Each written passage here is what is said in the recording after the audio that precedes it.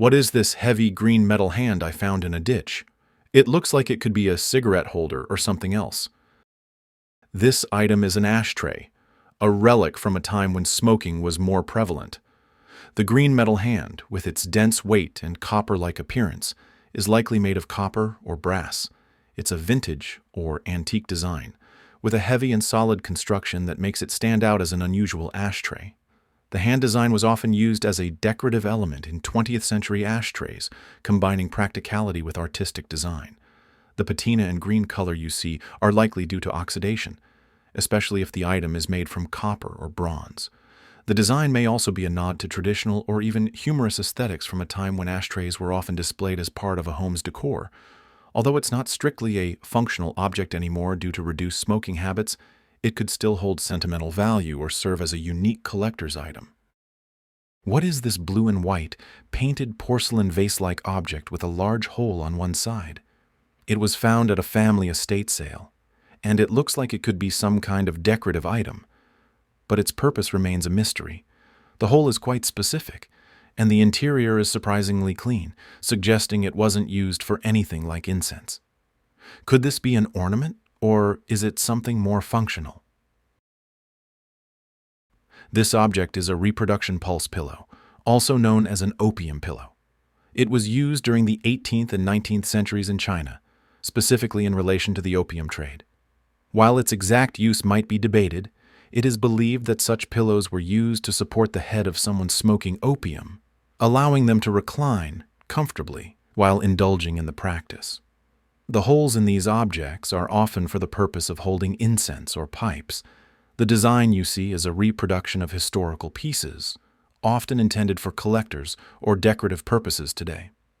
However, in the past, opium pillows were integral in both functionality and culture, and the materials, like porcelain, reflected the importance and luxury of the object. What is this white sensor-like device found in a house? Discovering an unfamiliar device in your home can be unsettling, especially when you're sure it wasn't there before. This white object appears to be a sensor of some kind, but with no clear markings or buttons. Identifying it isn't straightforward. Could it be part of a security system? This is a temperature sensor with a glycerin tube. The glycerin helps stabilize temperature readings by insulating the sensor, preventing false triggers from sudden drafts or direct sunlight. This type of sensor is often installed near doors or windows to help regulate HVAC systems or integrate with alarm systems.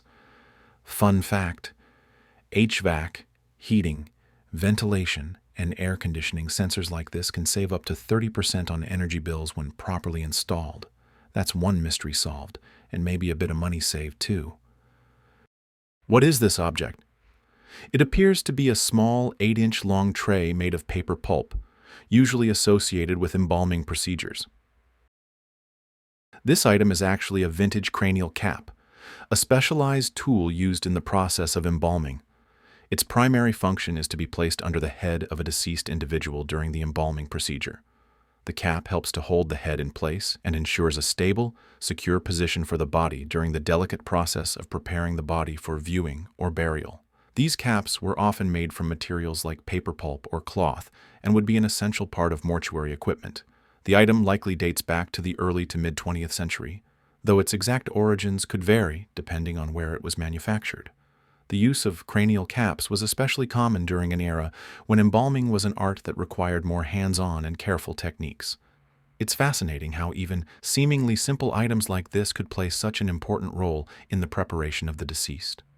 A somewhat eerie piece, it also serves as a reminder of the historical methods and tools used in funeral practices.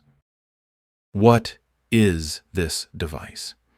It's a heating element with a digital dial that goes from 200 to 400, and when plugged in, it lights up red with a digital reading. This is a vaporizer, commonly used for vaporizing substances like cannabis.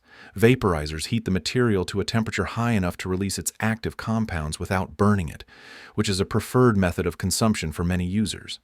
The digital dial allows the user to adjust the temperature, which is crucial for getting the best vaporization experience.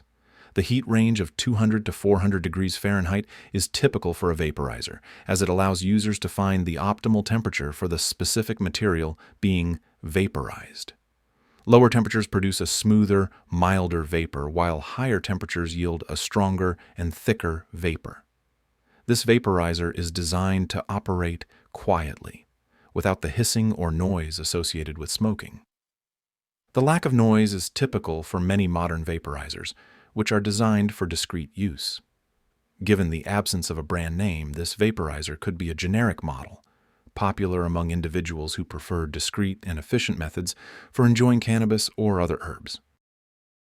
What is this plastic ring, slightly bigger than a lime, found in a car? Found in an unexpected place, this plastic ring has teeth on the side, a central gap, and seems like something was once snapped into it.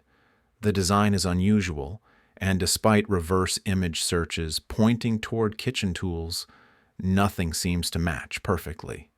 So, what is it? It turns out this is a Sonic the Hedgehog McDonald's toy, specifically a Shadow the Hedgehog spinner.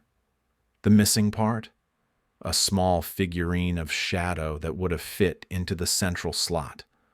Once attached, kids could spin it like a top. McDonald's Happy Meal toys have been around since 1979, and some rare ones have become collector's items. Unfortunately, a lone plastic ring from a Shadow the Hedgehog toy might not fund your retirement. What is this large, heavy mechanism that looks like it's part of an old-fashioned well pump? It was found in a courtyard of a manor house, which is about 300 years old. The mechanism includes a metal rod with a pendulum-like weight and what appears to be a water pump at the front. It's intriguing because it looks like it's used to pump water, but it's also quite rustic, leading to the question of its true function. This is actually an old well pump mechanism designed to move water from a well.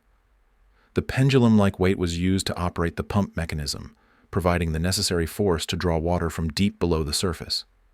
These pumps were often built into the structure of the building, especially in older homes, to supply water to the property.